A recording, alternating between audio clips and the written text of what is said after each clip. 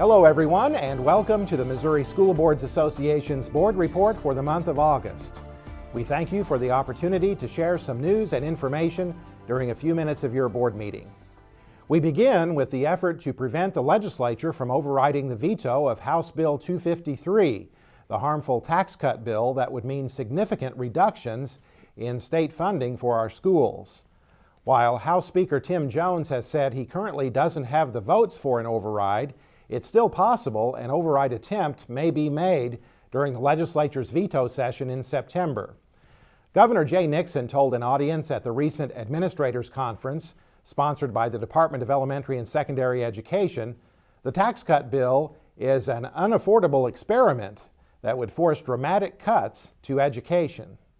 House Bill 253 would starve our public schools of the basic support they need to educate our kids now and for the years to come, draining billions of dollars away from our schools over the next decade.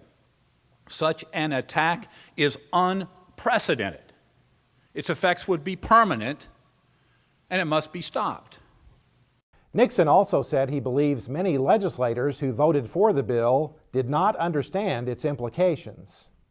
I don't think a lot of these folks knew exactly what was in this bill, okay? But my point to them has been very clear. I'll give you that. You didn't know what was in it, fine.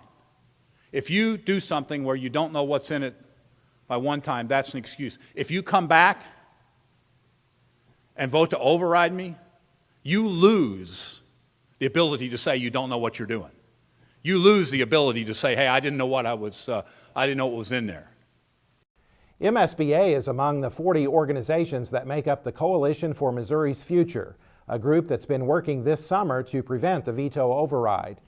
The coalition plans to remain in place no matter what happens during the September veto session and will oppose legislation during the 2014 session that would jeopardize state funding for public education and other critical services. We thank all school board members and administrators who have contacted legislators expressing their concerns about the tax cut bill. Those contacts have made a difference.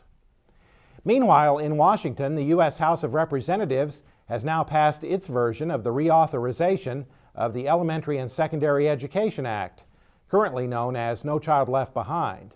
It's being called the Student Success Act and includes some positive provisions that allow for greater state and local flexibility to create and implement innovative approaches to improve academic performance.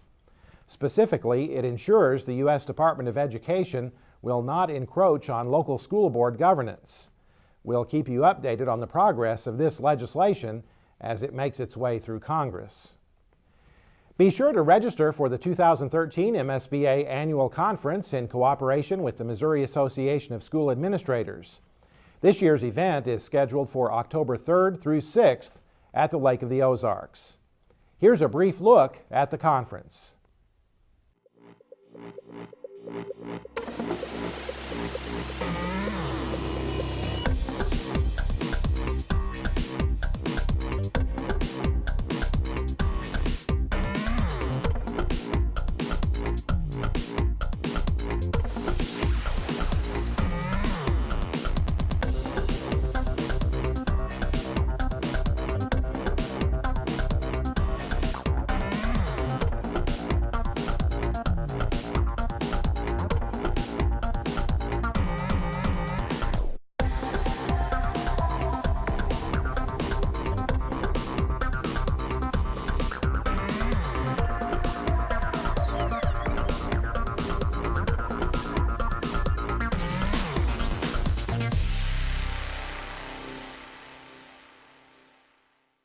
You can register for the annual conference on the MSBA website. And don't forget, MSBA's Center for Education Safety is sponsoring the annual Safe Schools and Colleges Conference October 1st through 3rd, just prior to this year's annual conference. That event has an outstanding lineup of presenters and topic areas, including officials from the Connecticut State Police, who will discuss the Sandy Hook school shooting. This year's School Personnel Information Survey is now open. This survey collects information on the wages, salaries, and benefits of teachers and other school employees to help districts make fully informed personnel decisions. Last year, more than 380 school districts completed this survey. Make sure your district's information is included. MSBA member school districts that complete the survey by November 18th will receive free access to that data. That's it for this month's edition of the MSBA Board Report. Thanks for allowing us to have some time at your board meeting, and so long from Columbia.